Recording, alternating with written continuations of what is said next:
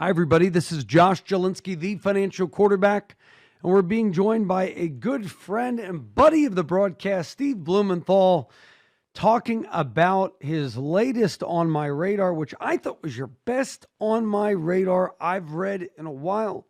We'll talk about what On My Radar is. We'll get his view on the market and just how overvalued it is.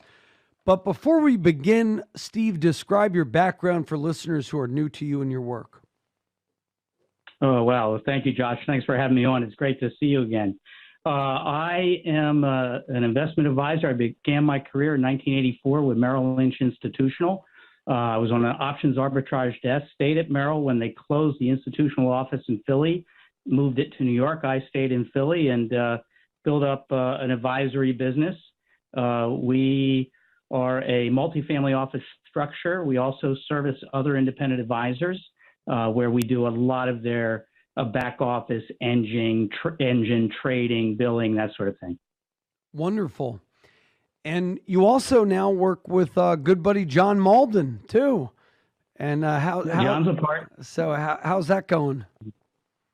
Well, it's great. He's a joy to work with. A lot of fun, upbeat, smart man, a fantastic writer on all things macroeconomics, markets, those sorts of things. So it's going great. Yeah, really enjoy. He joined. We merged he closed his investment advisory shop down a couple of years ago. Convinced him to merge it in with our shop, and he's a great partner. Yeah, that's fantastic. So let's go to your latest On My Radar. I was really impressed by the charts, graphs, all that stuff. Talking about the Fed valuations and genius. So let's talk about that. And folks, we'll also tell you how you can get On My Radar as well. But first, I love how you open with the quote. You quote Jerome Powell. And what did Jerome Powell say? That was your first quote of the On My Radar. Do you remember? I would say that the market's not that overvalued. Somewhat elevated. I have a feeling that quote, this was the quote, I would say that asset valuations are somewhat elevated. And I thought, is that our, irrational exuberance quote? Like, is that sort of the canary in the coal mine? What say you? So it sure could stick. It sure could stick. We are at overvalued levels higher than we've ever been. So it's by most every metric.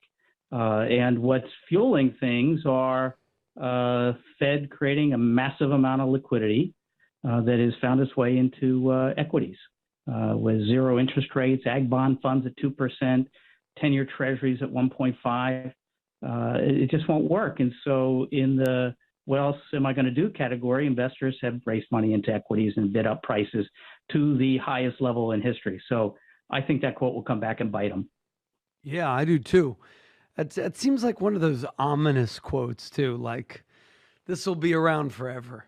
So let's talk about interest rates. Where do you think interest rates are headed? What data have you been researching on the whole interest rate debacle? I know you originally were like a bond guy, right? Weren't you a bond desk guy? Oh, we still do it. Yep. We still do a lot of bonds. We trade the trends in the high yield junk bond space. So that's still one of the strategies that we have on the shelf in our investment kitchen. I would say it's not the right time for it. We need some sort of liquidity shock within the system. The number of companies that are living on borrowed money well beyond where we've been before is epic.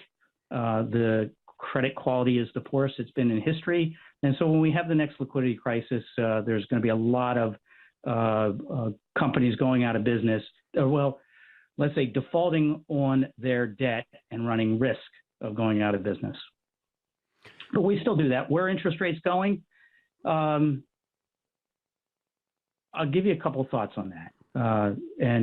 Overall, my fundamental view, and I'll begin adding I could be wrong, my fundamental view is we are at the very late stages or the very early stages of a major move in interest rates higher. Back when Paul Volcker came in to fight inflation and drove interest rates up to 15%, it fought and won and beat inflation.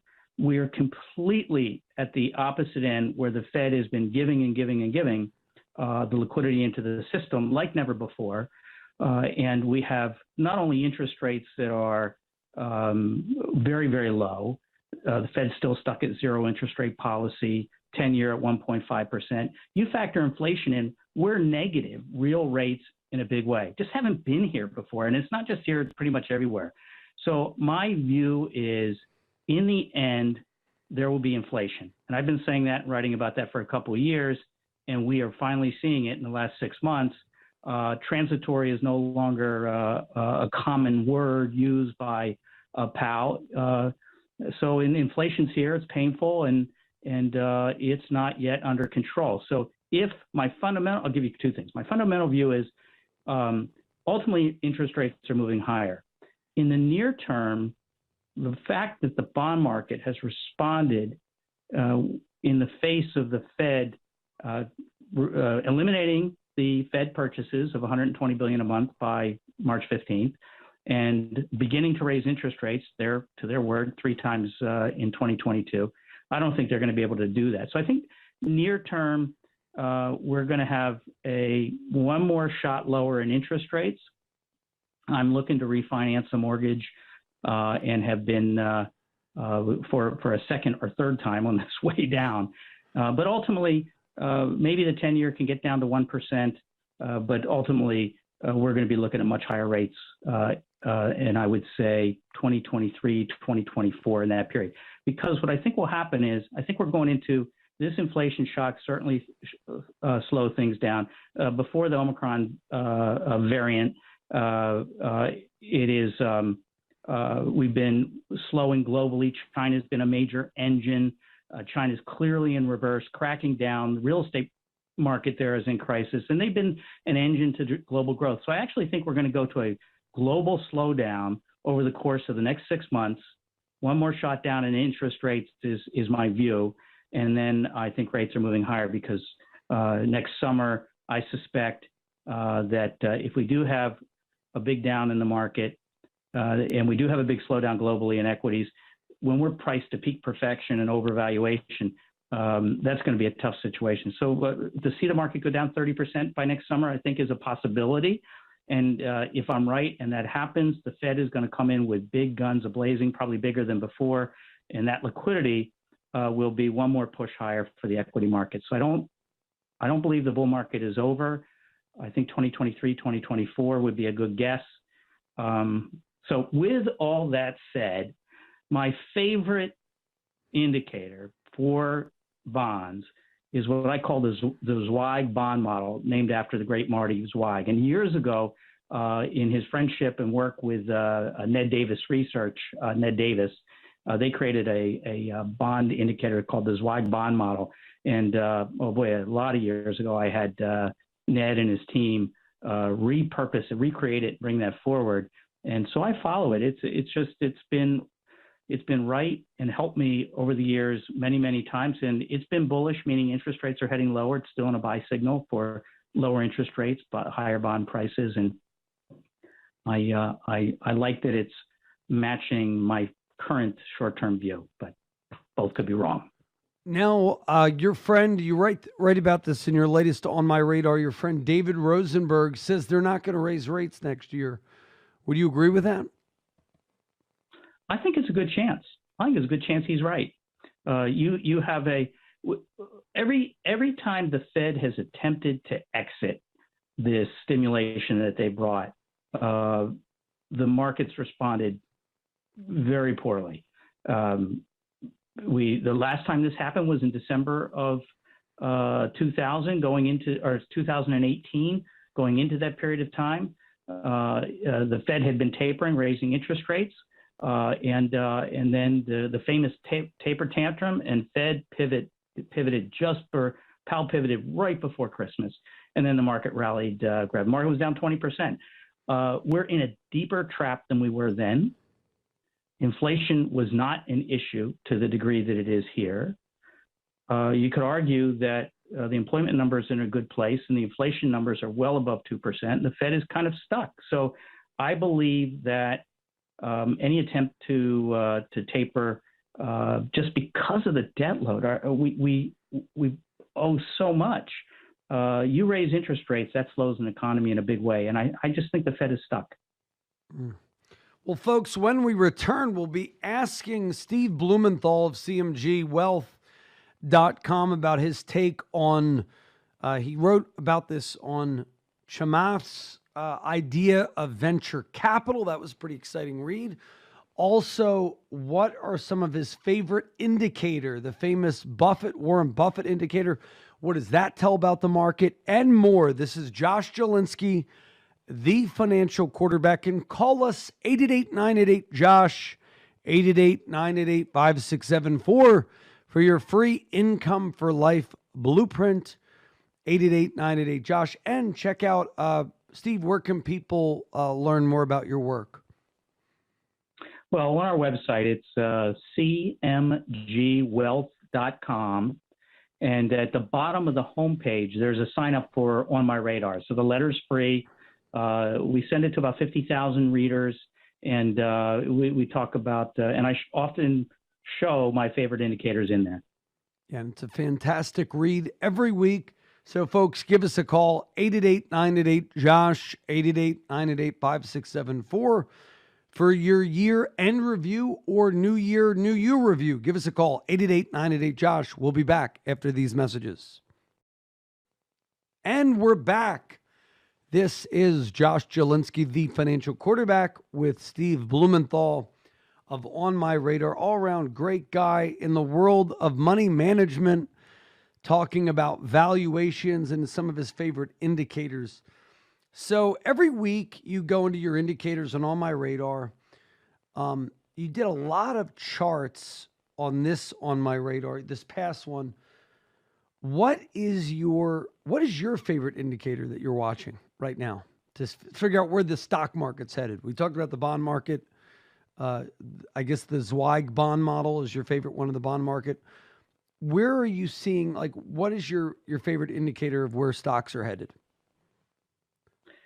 Well, there's two. One is, I call it the Ned Davis Research CMG long flat indicator. And essentially it is, in my view, a more timely indicator than Ned's famous Big Mo. So what is Big Mo? Big Mo stands for momentum, arguably a much better name than the CMG long flat indicator.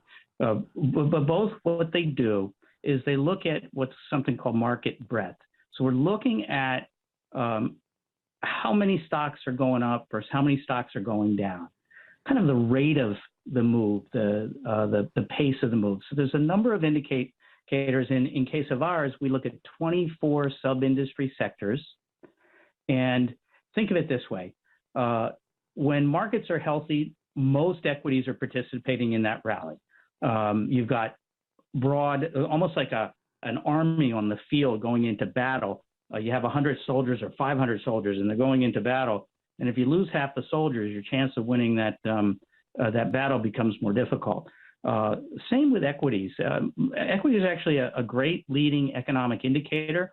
And stock by stock, when you start to see breakdowns across multiple sectors, then you start to get concerned that we're either leading towards a slowdown in the economy, recession, those sorts of things. So no indicator is perfect. Some have a higher probability and a higher win rate than others. What we're looking for is the weight of evidence of the market and what's it telling us about the direction of equity. So, for example, despite how overvalued the equity markets have been, both our indicator and Ned Davis Research's Big Mo indicator have been in bullish buy signals. Now, both have been deteriorating lately, but they're still in bullish buy signals. So Despite my view that the equity market is going to be in trouble going into next year and maybe a minus 30 type of risk to it, I'm not seeing that in our indicators yet. They're deteriorating, but it's not in a sell yet. And you also wrote a recent book, Navigating Stock Market Cycles. And I don't know if we've ever had you on to talk about that book. So I also want to get your take on your latest book. That's exciting. And I'm trying to look at on my radar. Where is the Big Mo chart? Is that on here? No, I don't publish it because it's proprietary to Ned Davis. But I do publish and show each week the CMG Ned Davis Research long flat indicator. And that's saying things are overvalued, but maybe not yet heading south. Well, there's two different things that you're bringing up. One is, how expensive is a market? Markets can go on being expensive for a very long time and can continue to inflate. Right now, the narrative is the Fed has our back, and that liquidity has fueled a market to move to the most overvalued levels in history. That's just the state of where our starting conditions are today. Then think in terms of risk on, risk off. That's what I like about what we do with our equity indicator. It's when do we hedge or when do we not hedge? When do we lighten up or when do we not lighten up? And it's a rules-based process that isn't right every time, but it's been right the majority of times. And it gives us a good sense of what, in the way that money works, it's about, when you have wealth, you don't want to lose your money. Because of how compound interest works against you. It's very difficult to come if you have $100,000 and you lose 50%, you're at 50,000, you need 100% gain to get back to even. That's not so easy to do. So you want to correct against the really big mistakes because that's what depletes wealth. So there's ways to hedge and do some things around it. And there's also thoughtful ways about how you allocate. And I like where you're going with this venture discussion. But anyway, so valuation is one thing and one way to look at the market. In my book, On My Radar, Navigating Stock Market Cycles, I've shared what I believe are the important markers to watch, to keep on your radar as to how to manage risk and how to think about wealth and how to grow money. No, fantastic. And folks, we will give that book to you for free. I'll buy it. You can buy it on Amazon or wherever books are sold. Just search for On My Radar, Navigating Stock Market Cycles by Steve Blumenthal. Or you can go on Amazon, or you can go probably on, can you buy it on CMG Wealth? Or I really like the idea of you buying everybody a book. So that sounded good to me. If anybody calls and schedules a no obligation review, I will buy that book. 888-988-JOSH. Give us a call. Or go in, give us a book. Great resource to our listeners. And next, let's talk about the Buffett. Oh, you know what? Before we go to the Buffett Indicator, we'll go to that next segment. Divergences right now. The Dow, the NAS, the New York Composite, the transports, a bunch of them. The highs are in the rearview mirror. The only one that we're seeing that might break out to a new high is the S&P. Do you look at that as an indicator? Because there's some divergences, and that's usually indicative of a market top when one of the five big indexes is making a new high, but the other aren't. Do you look at that as an indicator? Oh, totally. And everything you're saying is correct. When you start to see those big divergences, what you're really looking at is fewer and fewer stocks are driving the markets higher. So in last week's On My Radar, one of the charts that I had, courtesy of a friend of mine, Jim Bianco, he tweeted out a chart that shows the top five stocks and what percentage those top five stocks are in. So you got the 500 stocks in the S&P 500 index. 5 stocks represent over 25% of the index, just 5 stocks.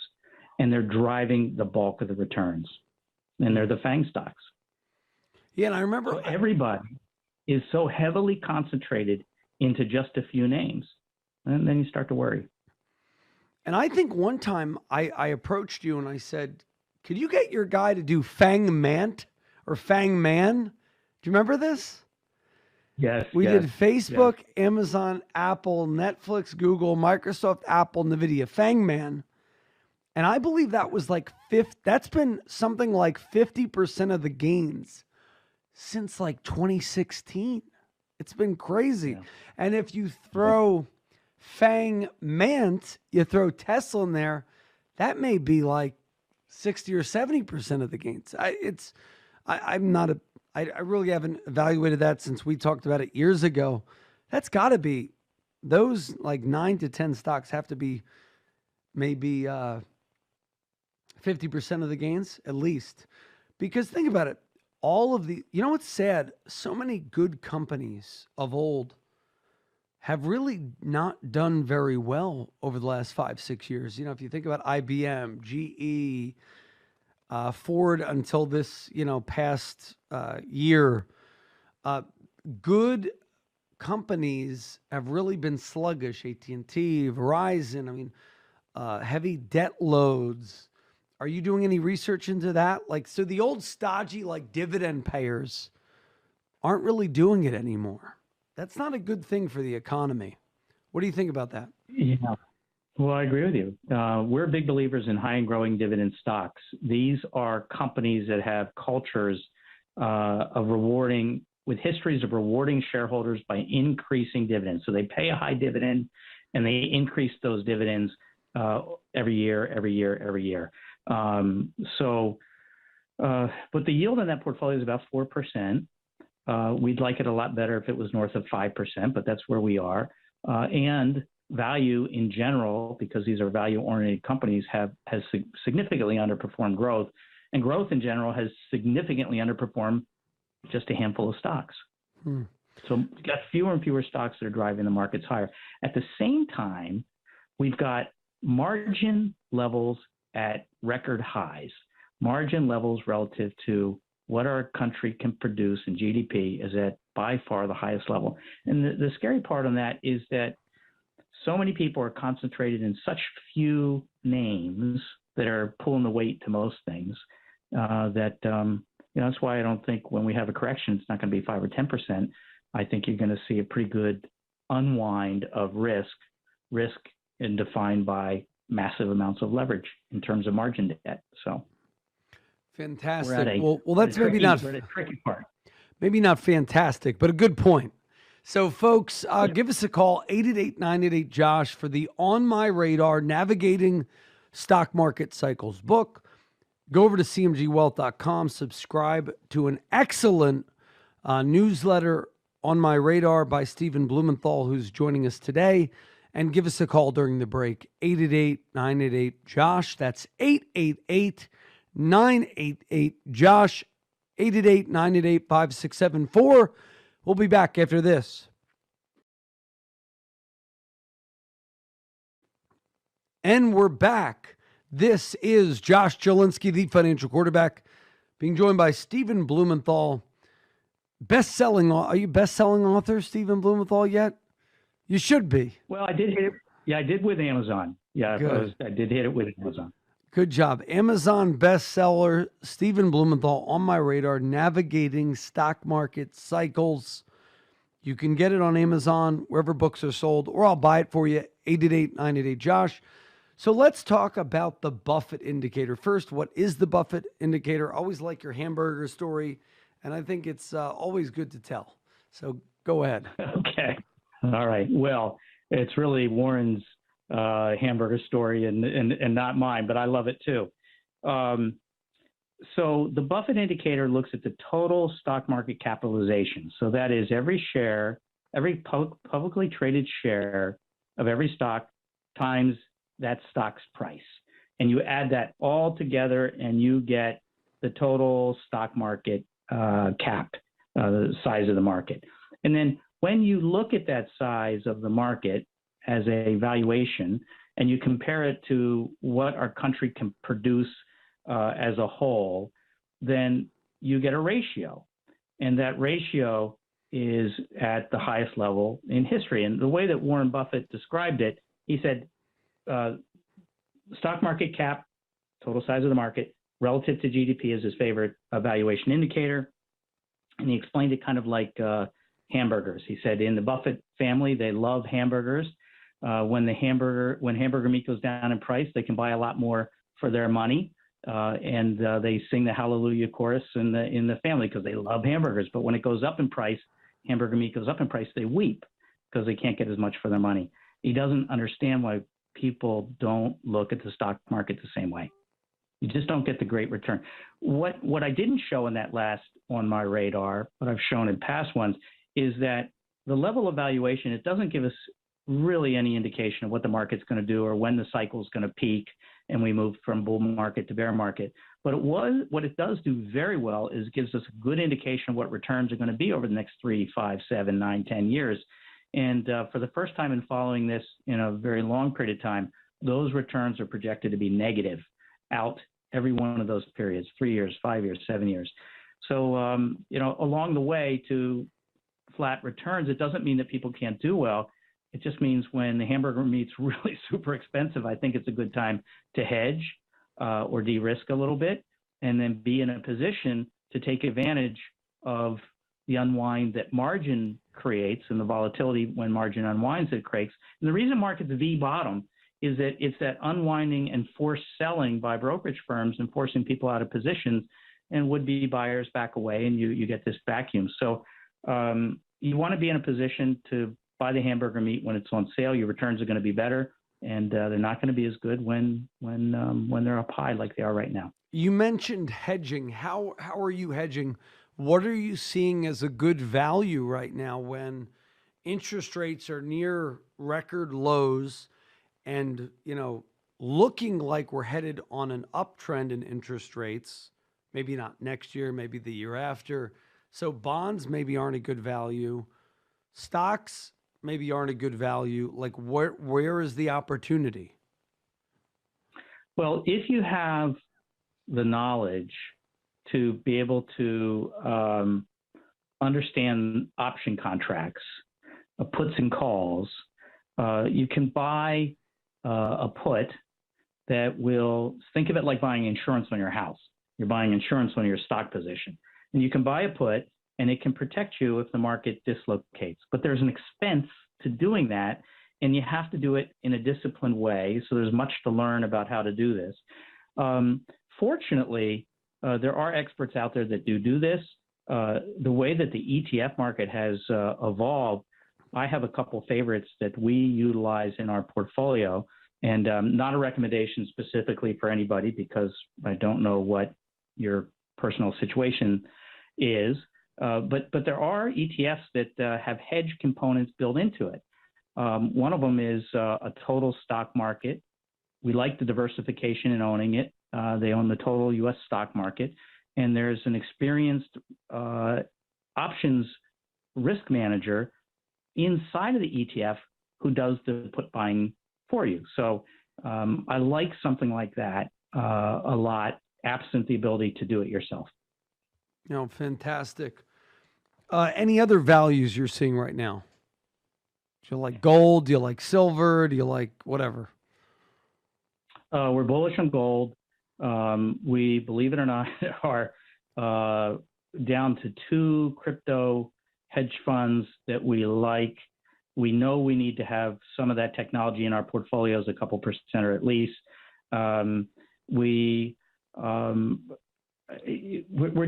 Bonds won't work anymore. That's a really important thing. So I'd maybe shift it and think about it this way, Josh, and perhaps this is a good lead into Chamath in that webcast that I shared in last week's On My Radar. I loved how he described thinking about wealth, and a lot of it resonates with us. And I learned a few things too. So what we're doing is we're focused on well-collateralized short-term private credit, 5 years and less, that has unique niche and edge that gives us, so we have enough liquidity, but we can produce returns, we believe, in, call it the mid to high single digits. And so we diversify to a number of those types of things. And we also include trading strategies so that we have a liquidity set. We call that core. We want to defend our core wealth, and core wealth for somebody might be 80% of their money, for somebody else might be 50% of their money. If it might be somebody like Chamath, who is worth the multiple billions, core wealth is just a small portion of his money. For him, it's in case everything goes to zero on his venture bets, then he's protected. So, but I do think that there are a number of opportunities, but particularly, and they're not available to all investors. So we like late stage private equity. Things are that we believe will have a path to liquidity in the relatively near future, called a couple of years, that has edge. And so if we can protect our core, then we're looking for asymmetric return opportunities that aren't 10 to 1 in 10 years. And there are opportunities like that with certain managers that seek, call it disruptive technology. So you hear a lot about that. But we're looking for things like in agriculture, bioengineering, a plant cell, to do it in a way that's learned from nature, so that the seed produces a plant that has a better trait, disease tolerant, a stronger pod for better yield for the farmer. So things like that. And we need, how about water reduction, less fertilizers needed, displaced chemicals, those sorts of things. So we're looking. So that could be called the less poop fund. Is that... It could. It could. There you go. So what Chamath is talking about is using his capital in a way to invest in things that make the world a better place. So the name of his fund that he runs is Social Capital. Most of it's his own money. And he's looking at things that improve healthcare, a cure for diabetes and obesity and Alzheimer's. And so a lot of those things are happening. The companies that are behind it need the capital to get them from here to there. And for us investors who are stewards of capital, how we allocate, I think it's really important. And so I like his way in thinking about risk, and how he protects his core and then looks for these types of opportunities. So there's a number of things like that we're really excited about. Oh, fantastic. And when we return, we'll get some more of Steve's indicators, where he thinks the markets are headed, and more of his comments on Chamath. When we return, this is Josh Jalinski, the Financial Quarterback, and we'll get his take, talking about disruptive technologies. What happened with Cathie Wood this year? We'll get his take on that when we return. This is Josh Jalinski, the Financial Quarterback, and we'll talk about Bitcoin when we return. This is Josh Jalinski, the Financial Quarterback. And we're back with Stephen Blumenthal of On My Radar. Folks, if you want to subscribe to a fantastic free resource, go to cmgwealth.com, subscribe to On My Radar, or go to Amazon, buy his book On My Radar, or you know what, better yet, I'll give it to you for free when you schedule and keep your no obligation review at 888-988-5674. It is a Forbes special book, 888-988-JOSH. And Forbes just named me, by the way, the 23rd best financial security professional in the country. And make sure, congratulations. In my compliance department would want us to know there are certain disclosures and risks and all that stuff, and rankings disclosure. But yeah, that was fantastic. It's also fantastic that Forbes worked with you to publish your book. That's exciting. So, Steve, any more comments on this whole Chamath social capital? Some of it reminds me of the Seinfeld episode where they had the human fund, social capital, the human fund. So what else did you learn from the Chamath interview? So the good news for all of us is that I believe we're going to live longer. I believe we're going to live longer healthy. We're learning an awful lot. Think about 23andMe, for example. That's a whole different thing. But understanding and coding the DNA and how our systems work and how things work at a cellular level and how we heal certain ailments that were a big problem before. So I think all in general, there's some really good news around that. And then think in terms of the opportunity that exists for converting a tile roof to a solar panel that feeds a battery next to your house. So you're essentially, powering it. We're not there yet, but we're going to be there. And what does that mean financially to us all? And so that's something. There's a company that we're working with. It's a Philadelphia-based company. We're really excited. It's a biopharma company. There are risks, with investing in drugs and investing in drug companies, and we're behind helping them get to a point to get through their next several phase 2B trials, and then they get to a phase 3. But they're doing some interesting things with a hormone that's found in nature, and it's this gut to brain health. So there's stories here that and many that there's reason to be really optimistic about a lot of things. I'm not optimistic about an overvalued stock market, and then yes, Cathie Wood has gotten beat up, and I think that's a little bit of a prelude to what can happen to everybody else that's so heavily concentrated in just the same few names. When you get selling pressure and certain things bid up, everybody was buying everything that Cathie was touching, and you get all that money racing into the same few ETFs. Those ETFs and those funds go to buy more of the same things, and you start getting some exodus from some of those funds. They're going to be sold. I believe that they have a wonderful culture of very smart people that are looking 5 years now out, not 5 months out, and they are identifying much like Chamath is trying to do and what we try and do at CMG. Who, the Cathie Wood people? You think they're good people over there? Or do you think they're done? No, I think they're very, very bright people. They have a process and they have a discipline in identifying companies. So no, I'm a fan. We have a Cathie Wood her top 11 picks on our platform. It's done better than the ETF has done. We are big believers in the highest conviction plays. But I'm a fan in what they're doing and how they think, and it takes some guts to think 5-10 years out. And also, I mean, there was such epic growth in some of these companies, for them to lose, doing the human genome and gene editing and things like that. Those companies grew so high. I mean, they're naturally due for steep corrections, Well, they became very expensive hamburgers. Yeah, exactly. The hamburger analogy. So, talking about Cathie Wood, talking about Chamath, let's go back to your On My Radar from last week.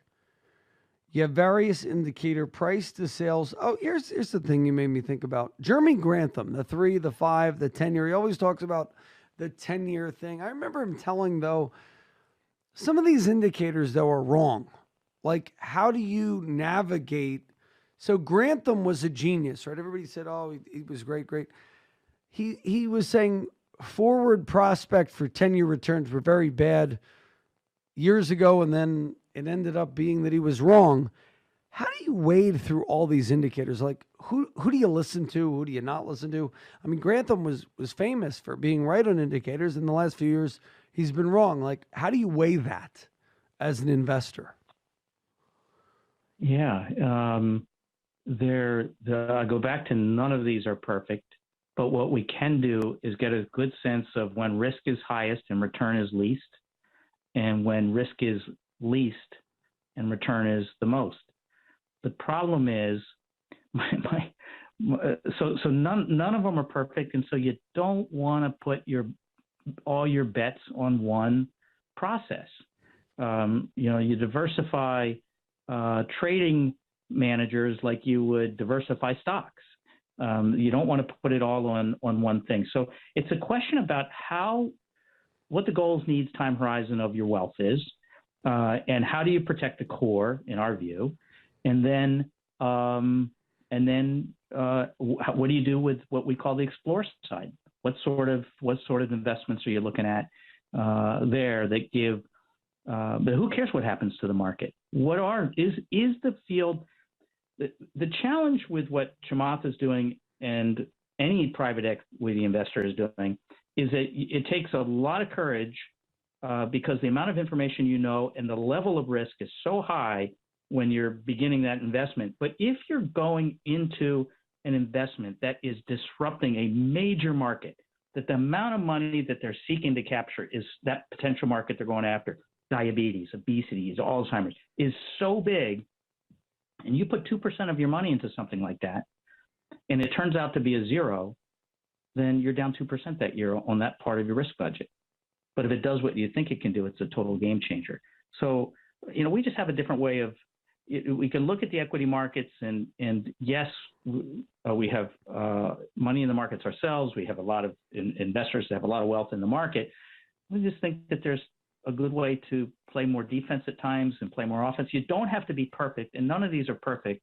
It's just look at things from a level of risk, and when risk is highest, it's when everybody's so darn sure and so comfortable and the market's giddy and everybody's making so much money and the party's still going, and we believe that the Fed is all the great and powerful Oz, until we learn that the Fed isn't at some point in time. Right now, that's not the narrative. The Fed is the narrative. So risk is high, play more defense, and there's ways to do that. When the harder part is when things are coming disconnected, when the margin calls are unwinding and market forced selling is happening, and that's when you want to be in a position. That's when the opportunity. And Sir John Templeton, who I just was a big fan for many, many years and still am, the great Sir John Templeton, who founded the Templeton Funds, Franklin Templeton Funds now, used to say that the secret to his success was he would buy when everybody else is selling, and he would sell when everybody else is buying. That's not perfect either, but it's a good discipline if you can stick to the rule, and that was the basis of how they built their business. I kind of think we're in a sell when everybody else is buying moment, and that doesn't mean I'm recommending to sell, but definitely play some defense and put some hedges in place. Oh, that's a great tip for our listeners. And folks, when we return, we'll be back with the final segment with Stephen Blumenthal. And folks, if you haven't subscribed yet, go to cmgwealth.com, subscribe to his On My Radar. And folks, if you want his book, go to Amazon, search for On My Radar by Stephen Blumenthal, or you get it for free. I'll buy your book. Call us, 888-988-JOSH, request a free review. And if you meet with us, we'll give you a book free, 888-988-JOSH, 888-988-5674. We'll be back after these messages. And we're back with Stephen Blumenthal, author, Amazon bestseller of On My Radar, and cmgwealth.com On My Radar newsletter writer, 50,000 plus subscription list. So Steve, what haven't we talked about that you've been researching that you want to share? Oh, well, that's a good question. I'm going to switch gears and throw it right back at you and ask you, what are you doing that you're most excited about? We're doing a lot of technical work. We're doing a lot of technical work in cycles. We're seeing a lot of some divergences right now. We're seeing kind of what you're seeing. Next year could be rough. But then part of me is like, I also think we could have this sort of epic blow off top like the late 90s. I think where we are today is very much like where we were in the late 90s. Could we go another year? Could we go another 18 months? I kind of focus on what you can control, which taxes, looking for ways to get greater yield, how you can structure things with Roths, Roth 401ks, solo 401ks. I like tax management, macro diversification. We're doing cycles work. We're doing good fundamental work. I think there are values in sort of the anti-passive trade. I think there is such a bubble in index funds that what if you get a stock like case in point, and we own this, and I don't recommend you buy or sell this but like we saw a flood of money went into, let's say, Lucid due to the SPAC craze. Then everybody lost money. A flood of money went out. Then a flood of money went back in, and then they were included in the NASDAQ 100. That's going to be game changing for them. So we're looking at hidden value by people being included or then reverse excluded in the indexes. So it's something that I think deep fundamental work coupled with technical analysis is kind of a cool thing. I mean, who would have thought Ford, and I kick myself for not investing in Ford. I saw that coming, but I was like, no, Ford, give me a break. But Ford's been a great buy.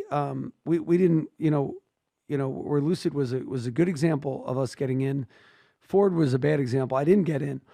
But it's very interesting. You get these fund managers. Now, so much is being driven by indexing that people aren't using their brain. They're just buying everything. And so if it's included in the index, it goes up. If it's excluded, it gets kind of withered. So I'm looking at value. We're looking at technicals. We have a great technical analyst. He's in with a lot of your type of stuff. It sounds like you guys are very simpatico. So, we're doing well. And, but I always think. So I have an idea as you're going through that, because you touched on a couple of things with index funds.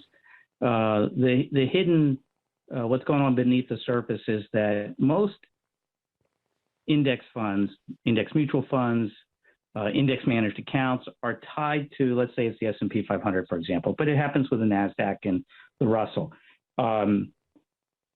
The weighting methodology is based on a rules process that says that the bigger a company gets, the more of it you own in your index. That's why in the S&P 500 index, 5 stocks make up over 25% of the index. Just 5 out of 500 make up most of, that massive majority. So it's because by rule that as a stock price goes up, the capitalization of the company goes up. They have so many shares outstanding, higher stock price, it's worth more. So by rule, the index every quarter adjusts and buys more of it. Well, think about that. And then think about ESG and the craze with ESG. The same thing happens, except more of the ESG stocks tend to be those same 5 stocks, more technology oriented. And so we've gotten ourselves into a position where most of the money is invested in index funds into the very few names that are in that. And if they start running into trouble, then the big unwinds happen. So we have I'll disclose that he's a minority investor in our company. He's a brilliant thinker who started, his name is Rory Riggs, and he's a biotech brilliant investor, and started looking at medicine and looking at the cap-weighted structure in general of the way we invest here in our markets with index funds. And so he started coding. He said, there's got to be a better way to do this than get so heavily weighted. And so he started coding years ago individual companies by their attributes, by their risk attributes. Who do they sell to? Where do they procure their what type of product do they have? Where do they procure the products that they have? What geographies? What line of business they in? So think of it like a blueprint, a fingerprint on a company, a deep dive with information, kind of like a global Google Maps of businesses, where each business, what makes them up. And his thinking was, what's the healthiest way to own the U.S. market? So we could pick stocks and individual things, and there an active manager can really separate themselves if they're very, very good. A lot of us in the popularity of index funds, the ETFs and mutual funds, that's where the money's going. Well, he now has a methodology. It's a weighting methodology. Instead of owning the market by the largest companies get the biggest weighting in the S&P 500 index funds, or somebody could invest in an equal weight of the same 500 stocks owned in an equal weighting to each stock, or somebody could do it like Rob Arnott came out with something called fundamental weight, different weightings. So he has something that he calls stratified weight, which I think is the healthiest way to own the market in aggregate what we in the business call beta, which is what the market should give you. I think it's the healthiest, the truest beta, real beta that exists. So he's got ETFs that he had launched out. We invest in them, so just know that conflict of interest exists. And then also has an ETF where they hedge some of that exposure. So if it's not that ETF won't underperform or won't go down if the market goes down, it's just that the few stocks like in the tech bubble that really fell apart, they didn't come back. And so it's a healthier approach to the market. I think that it's really brilliant with how they're thinking about doing this. So there's a lot of innovation, and we are looking at those kinds of things. No, fantastic. And that's a great way to end. 30-second parting thoughts for our listeners. Steve Blumenthal of On My Radar. What do you have? 30 seconds of wisdom. Go ahead. Well, nothing can be more important than the love you have at home and your family. So going into the holiday here, Merry Christmas. Enjoy your family. I know you've got many. We've got a big family. Everybody's home. It's a great time of year. And, what could be better than being with the people you love the most? Faith, family, friends. Merry Christmas. Happy New Year. Happy belated Hanukkah to all of our listeners and viewers on YouTube. And folks, go to cmgwealth.com, get the On My Radar newsletter free, and you get the free book On My Radar by Stephen Blumenthal, Amazon bestseller, when you call me right now at 888-988-JOSH. That'll be my Christmas and New Year's present to you. Give us a call, 888-988-JOSH, or your Hanukkah gift, late Hanukkah gift. Also, call us 888-988-JOSH, or if you just want to buy the book, go to Amazon. It's up for sale. Thank you so much, Steve. It was a lot of fun. And folks. Yeah, great catching up. Merry Christmas to you and your family. You too. All right.